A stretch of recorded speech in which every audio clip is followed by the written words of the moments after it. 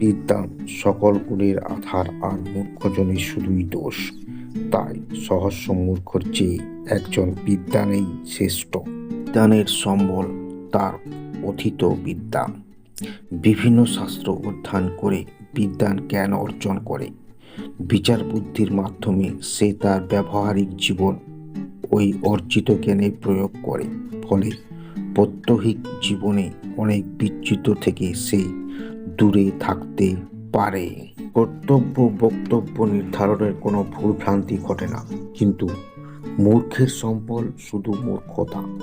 তাই পদে পদে তার ত্রুটি, পদে পদে তার ভ্রান্তি। অজ্ঞাতার দরুন সে নিজের জীবন উন্নতি করতে তো পারেই না, উপরন্তু পরিবারে এবং সমাজের কাছে দুর্ভর হয়ে ওঠে। একজন বিজ্ঞ ব্যক্তিকে দিয়ে যে কাজ সহজেই করা সম্ভব, হাজার মূর্খকে দিয়ে তা কখনোই সম্ভব হয় না, বরং অচিরেই তা বিনষ্ট হয়। তাই সহস্র মূর্খের চেয়ে একজন বিদ্বান থাকা অনেক ভালো।